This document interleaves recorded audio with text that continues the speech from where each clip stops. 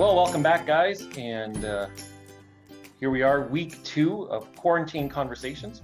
I'm here with Ryan and Justin, and I am Jason, and yeah, we're glad to see you guys again. And how are you guys doing this week? Doing pretty good. Good. Week number 5. It's getting a little long, but we're surviving. For sure. So last week, for those that tuned in, you remember we talked about, or we started to unpack the idea of rhythms and how our lives are lived with rhythm. And we challenged you guys last week to just even think about what are the rhythms that you're living with. And a couple of you left some comments, and we appreciate those. And if you didn't leave a comment, plan to do that this week. And yeah, this week we want to talk a little bit more about some of those rhythms. And we also talked in that area, we talked a lot about loving God and loving others. And we talked about holistically loving God with our whole mind, our whole body, our whole strength.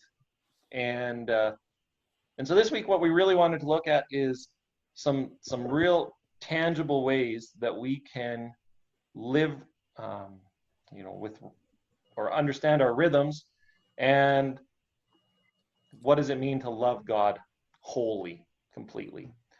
And one of the things that we've kind of been talking about, and we're going to talk to you guys about, is the idea of Sabbath.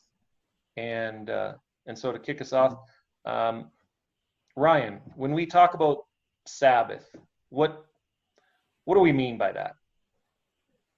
Sabbath it's a big word. It's got a lot of like historical connotations around it, but it can mean a lot of different things to a lot of different people. I used to go to a Seventh-day Adventist church where they took Sabbath incredibly seriously. Sabbath for them was Saturday.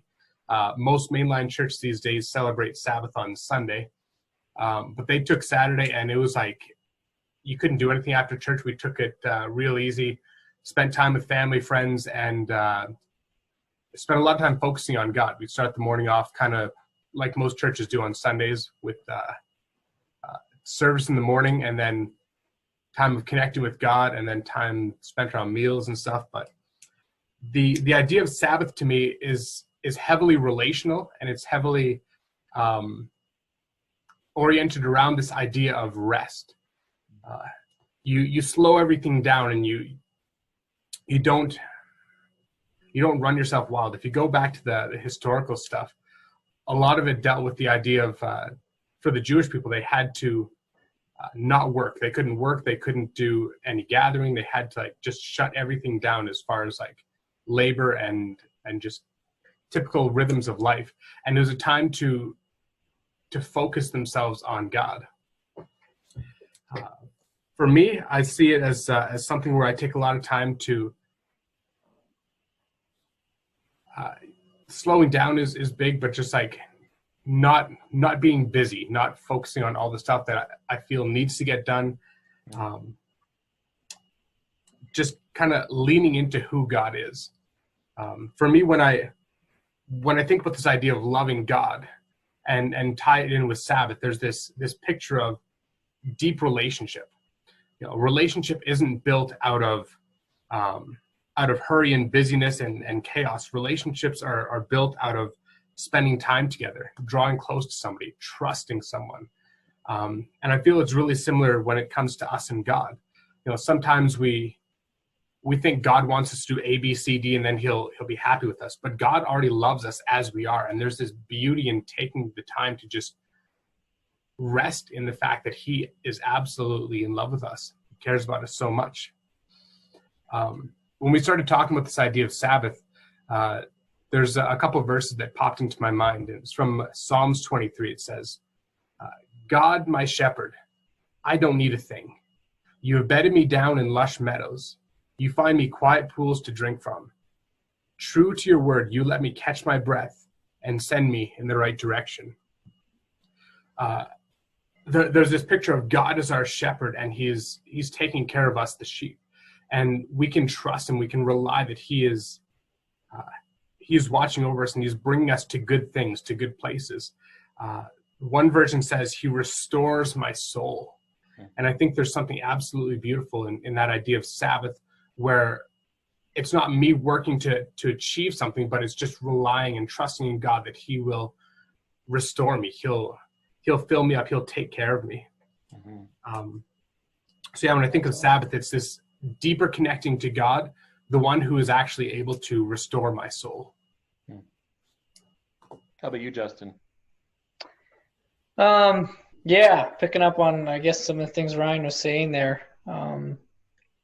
For me, talking about the relational aspect, a lot of times, like, we think of the commands that God gives us, and we often think that these are like a burden or like something we have to put up with that isn't actually good for us. But the amazing thing about Sabbath is that this is actually like an incredible invitation that, like Ryan said, is an invitation to deepen your relationship with God in a very intentional way. So the phrase that often comes up, like with the verse that Ryan referenced, of the Lord is my shepherd, I don't need a thing. And it's this idea of like, is God enough? Do I really believe that God is a God who is so close to me today and cares so much about me today that I actually don't need to work or stress about surviving and enjoying life today. And so I often just, consider it as wondering what is a life-giving thing. What is it in my life that I am looking at and see as rhythms that are helping me see God's intimacy in my life, where I am putting my trust that God is enough and that it actually is a freeing thing. And so remember that this is looking at wholeness. And so not just physical rest, but emotional rest, that God is actually inviting us to not be anxious, to not be stressed, that God is inviting us to relational health. Like Ryan referenced with relationships, is that we can actually take the time to intentionally build our friendships, build our relationships with our family better, to take time to actually build into our own physical bodies better. All these things have to do with Sabbath. And the amazing thing is God is in all these different aspects of life, and we can enjoy him and our relationship with him, and all these things through Sabbath, through rest. So that's a tidbit anyways for me. Yeah, no, that's really good. There's a couple things you guys have kind of mentioned that I want to kind of pick up on a little bit. The first is, now I can't remember which one you said it, but this idea that we're kind of in this time where Sabbath is not just about physical rest, and it kind of I've heard it mentioned, and I kind of think there's some validity to it. This time of quarantine, so to speak, even if you're allowed to leave your house a little bit, life is not what we would call normal at this point, and in some way, the world itself is kind of going through a Sabbath right now. I don't know if you guys have seen, but there's dolphins in the canals in Venice, because they're so clean. They haven't been this clean in hundreds of years, and if ever, really. And the world is kind of, just resting, it seems. And so I find that so fascinating that, we've, in a sense, we're given this opportunity right now to really fully embrace that idea of rest. And then there's something you said, Justin, about a life-giving rhythm. And I think that's so key. And so, let's just kind of walk through what do we mean kind of by life-giving rhythms? Totally. So again, it's about wholeness, and it's about first loving God. Like the verse that hopefully you guys remember from last week, and Jason mentioned it again at the beginning of the video, of the love the Lord your God with all your heart, soul, mind, and strength. And so that is where we need to start off with measuring what is life-giving. It is really what rhythms in my life, what things am I doing in my life that are actually increasing the amount of awareness I have of God's goodness in my life. And absolutely, things like what we traditionally think of church, like Sunday morning, of singing songs of worship to God and spending time with other Christians and reading the Bible. These are very key things that enable us to see God's goodness and be more aware of his goodness in our life. But again, the amazing thing of a relationship with God is these life-giving things can actually be so much of just our day-to-day activity. So one for me is just technology and entertainment. Like I mentioned last week, as I'm on Steam, and lately I've been doing a throwback to Star Wars Knights of the Old Republic. And It's just a great classic Star Wars game. It's a lot of fun. I enjoy it. It can be a bit of a emotional rest for me, as I can just step away from some of the busyness of life and just find joy and enjoyment in playing this game. I can engage with my friends and have conversations about this game, and it can help our relationships in that way, just in a fun way. But the borderline where it becomes unhealthy, where it doesn't help my relationship with God, is when, like the past 3 days, earlier this week, I was staying up till midnight playing this game 3 days in a row. Now that's making me tired. It's making me isolated, where I'm not fostering relationships in my life better. And it's no longer drawing me closer to God. It's actually becoming an obsession and just a time waster that's just making me go numb and just busy my life. So it's important that we just kind of analyze these things. At what point does something become life-giving to the point where it's actually now damaging our soul? And it's like that with almost everything. Absolutely. Yeah, I think, life-giving is something that's life-giving is anything that's helping us love God better and love people better.